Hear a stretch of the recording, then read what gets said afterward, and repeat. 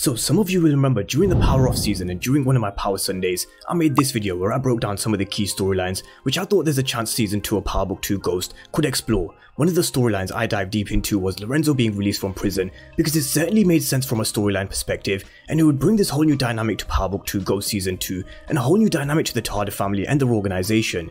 One of the directors posted this on their Instagram with Lorenzo filming outside of prison and definitely not in his prison jumpsuit, so we're going to dive deep into this storyline, how and why Lorenzo could have been released from prison, but more importantly, how is this going to bring a whole new dynamic and change to the storyline within Power Book 2 Ghost Season 2 and the Tejadas. We're also going to dive deep into what we've seen with these images with Monet meeting the new Connect and Rashad Tate and his brother being casted for the last 2 episodes of Season 2 of Ghost. So there's a few topics I'm going to cover in this video, so stick with me till the end and we'll break it all down. But if you are new to the channel and you haven't done so already, then remember to smash the subscribe button if you want to see everything Power Universe related over the coming months. But let's talk about what looks like Lorenzo being released from prison, because that's the big storyline and it's going to be a huge moment in Power Book 2 Ghost Season 2 if it happens. And I actually did predict this would happen because it just makes sense from a storyline perspective, especially after they upped Lorenzo to a season regular. It just wouldn't make sense for Lorenzo to be a season regular with him still being in prison, because realistically, how many prison scenes are you going to have? But let's talk about how they put the wheels in motion for him to be released from prison already. I'm going to take it back to the conversation that Kane had with Monet in Season 1,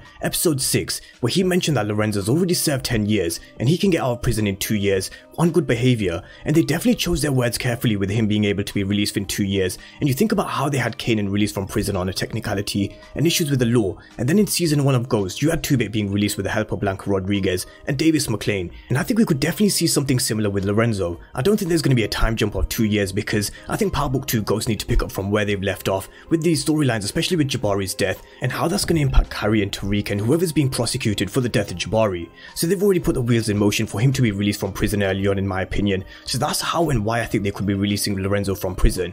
But the key question is, what impact is he going to have when he actually does get released from prison? Because the whole dynamic will change, and one of the key elements coming into Power Book 2 Ghost Season 2 is this whole Tarda divide and split, and they've described Lorenzo's character as a patriarch of the Tarda organization. Lorenzo has been calling the shots from the drug organization, even from inside, but as Monet continues to flex her independence and a desire to protect her kids from the game, Lorenzo's need to control brings them into conflict. Lorenzo becomes intrigued by some secrets Monet's been keeping from him, and a conflict grows and threatens to split the Tarda family in two. And it's clear that the split and divide is something we've already started to see during the first season of Ghost, with Lorenzo wanting Drew to take over the family business and Kane being out of control and being rebellious. Neither Drew or Diana want to be in the game, and there's going to be a big split and a divide when it comes to the Tarda family, and even more so when Lorenzo's released from prison. One person I can see taking advantage of this whole situation is Tariq. He's smart, he's clever, and he knows he can't trust the Tejadas, whether it be Monet, Kane or Lorenzo, and I believe he'll sense the split, and he's someone that can use this to his advantage with Brayden and Effie, who he's going to be teaming up with. And the right words to use in this situation is a power struggle. There's going to be a real power struggle between Lorenzo and Monet for control over the Tarda business, because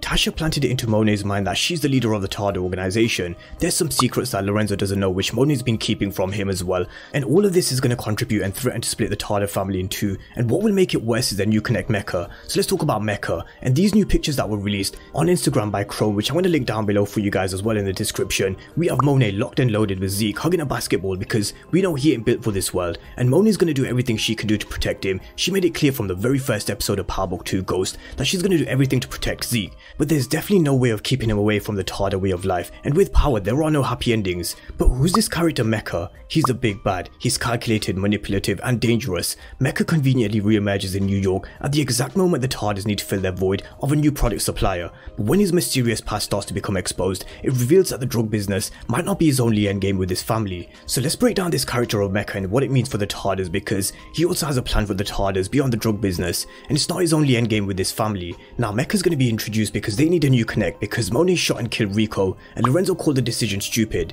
because it left them without a supplier, and to start a war they need soldiers. With Kane having issues with Monet, he's not on their side either, and he's the Tarda's muscle. She'll definitely need to get Kane back on side, and I don't know whether she can get through to Kane, but we'll definitely see them having a conversation earlier on in season 2. But let's talk about this image, because Monet's going to do everything she can do to protect Zeke. She made it clear in episode 1 that this is the most valuable person in the Tarda family, because he's their way out of the drug game if shit goes sideways. She needs Zeke to make it to the NBA so they can stop what they're doing, because drug dealers either end up dead or in jail. Throughout season 1 she made a point of protecting Zeke when she kept kept him home after he had few too many to drink, and especially when she found out about him and Carrie. But Zeke is going to be in the spotlight for me in the second season for so many reasons, and one of the biggest reasons is being a Tejada automatically puts a target on his back, just like he did with Lil Guap in the GTG in season 1, and the death of Bars and now the death of Jabari is going to bring more heat around the Tejadas and to Stansfield, and he's someone that definitely doesn't deal with pressure well, and someone who would panic and crack if he was ever to be questioned. Now Zeke is actually one of my death predictions going into season 2 of Power Book 2 Ghost. I really don't believe in happy endings with Power,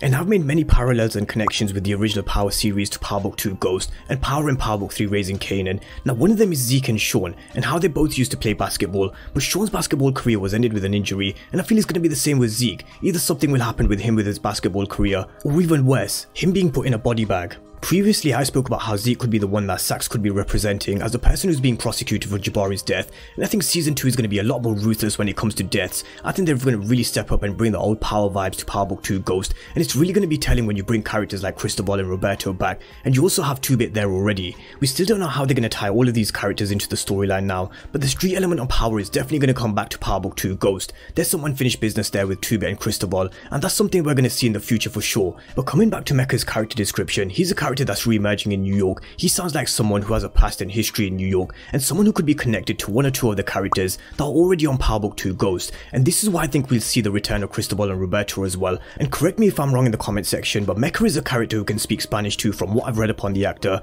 but not every character in Power is linked and connected in any way. But I just feel with Mecha's character there will be some sort of history there with someone, and we just have to wait and see who it is as time goes by, because the past will be revealed according to his character description. So what his past is, we're just gonna have to wait and see. But what is this whole shooting scene with Monet pulling a strap and protecting Zeke behind the dumpster, and Mecha firing off shots in the court? Because from what it looks like a drive-by shootout with someone. Mecha seems to be firing back at whoever's shooting, so I don't think it's Mecha's crew or connections. So it could be Rico and his boys back for revenge because of Monet killing Rico at the end of season 1. Lorenzo said they needed soldiers to start a war, and Rico and his crew could be a possibility. There's also Lil Guap in the GTG, and we also have to remember GTG take an eye for an eye to the grave. And do you really think he's forgotten that he's lost 3 members of his crew thanks to Kane Tejada? He lost Bars and the 2 during this shootout. But I really do hope they give Lil Guap's character a little bit more purpose in season 2, because he wasn't a character that struck you with fear in the first season. He's a character that has Dre vibes, and Dre was someone they introduced to us as an assassin, and someone who learned and picked up traits from Ghost and Kanan, someone who had bags of potentials and snaked his way to become Distro.